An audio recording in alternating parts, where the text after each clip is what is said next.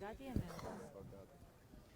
Ditën e djeshme, në emër edhe të Komisionit Parlamentar për Stabilizim e Asociimin, i kam dërguar Komisionit Evropian, Autoritetit të Konkurrencës në BE, Komisionerit për Konkurrencën, Delegacionit Bashkimit Evropian, Parlamentit Evropian, një shkres ku i njoftoj që ligji për portet turistike, ndryshimi i fundit që vjen këtu në Parlament, është në shkelje të marrëveshjes stabilizim asociimit, po njëkohësisht shkel edhe 3 kapituj të legjislacionit BE-s, më saktësisht kapitullin 5, 8 dhe 14.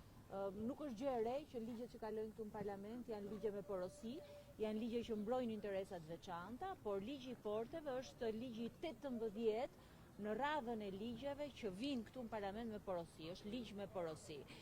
Këtu nuk bëhet fjalë vetëm thjesht për një ndryshim të thjesht ligjor. Këtu bëhet fjalë për një model qeverisje. Një model qeverisje që ndan paran publike, që ndan asetet publike, që ndan pronat publike, sikur t'i kenë të nënës e të babës. Është një model qeverisje që fatkeqësisht sot po e varfron Shqipërinë. Por nga ana tjetër është edhe mënyra se si qeveria shqiptare e koncepton procesin e integrimit. Procesi i integrimit në fund të ditës nuk është vetëm një listë detyrimesh që kryhen në letër dhe nuk zbatohen, por janë edhe standarde në praktik.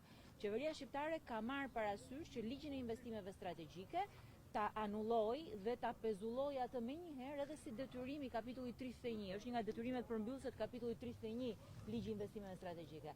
Ndërkohë që këtë ligj e kam akoma në fuqi dhe duhet përfundoj brenda këtij viti, qeveria shqiptare thot kush merr një investim strategjik ne do japim edhe një port. Pagar këto të gjitha. Do marrin dhe përfitime taksash, ndërkohë që në çdo prokurim tjetër publik, edhe për një stilolaps, edhe për një mjet pune të çdo bashkie, të çdo drejtorie ka gar, asetet publike këtu ipen pagar.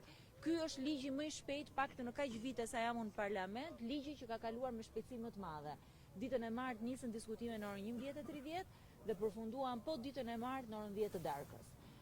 Një ligj që është miratuar me shpejtësinë e dritës. Kemi pas ligje të tjera të rëndësishme që duheshin edhe për procesin e integrimit e nuk kanë kaluar. Unë nuk besoj që është vendi që as komisioni, as vendet anëtare, as Parlamenti Evropian të mbyllë syt, po është momenti që tani që negociatat janë hapur, të ketë më shumë vëmendje ndaj Shqipërisë për çdo ligj që kalon këtu, po edhe për çdo vjedhje dhe zaptim që ndodh, sepse kjo në fakt është vjedhje dhe zaptimi i pronës publike.